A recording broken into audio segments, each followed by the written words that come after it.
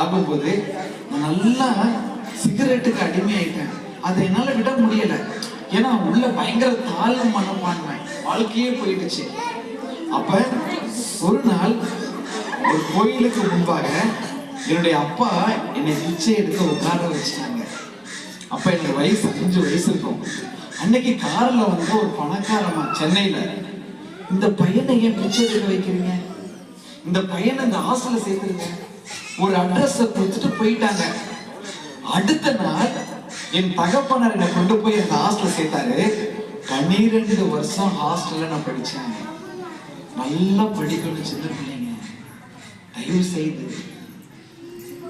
நம்ம இன்னைக்கு படிக்கலாட்டினா நாளைக்கு வாழ்க்கை கேள்விக்குறி. பாருங்க, நான் அவ்வளவு ஏழ்மையில் இருந்த போது ஒருத்தங்க அட்ரஸ் கொடுத்தவங்க போய் சேர்த்தாங்க. அங்க படிச்சதுனால 12ஆம் கிளாஸ் நல்ல மார்க் எடுத்ததுனால நானும் பாஸ்டர் அவர்களும் ஒன்னா ஸ்கூல்ல படிச்சோம். 21 வருஷம் கழிச்சுதான் நான் அவரை சந்திக்கிறேன்.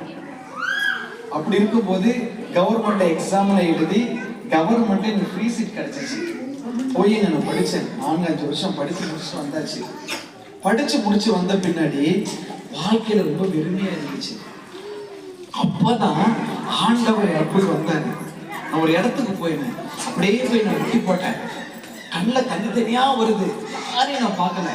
உள்ளத்துல பயங்கர வெறுமை. அப்படியே என் கண்களை மூடி முன்னாடி இருக்கும்போது ஆண்டவரா இயேசு கிறிஸ்து அப்படியே ரத்தம் சிந்துறாரு.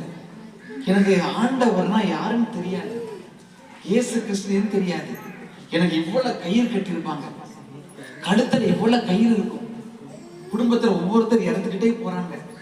அந்த மாதிரி சூழ்நிலையில எனக்கு ஆண்டவர் தரிசனமாகும் போது பாருங்க, அத்தனை நாள் சிகரெட் குடிச்ச நானு அந்த தரிசனம் முடிஞ்ச அடுத்த நாள்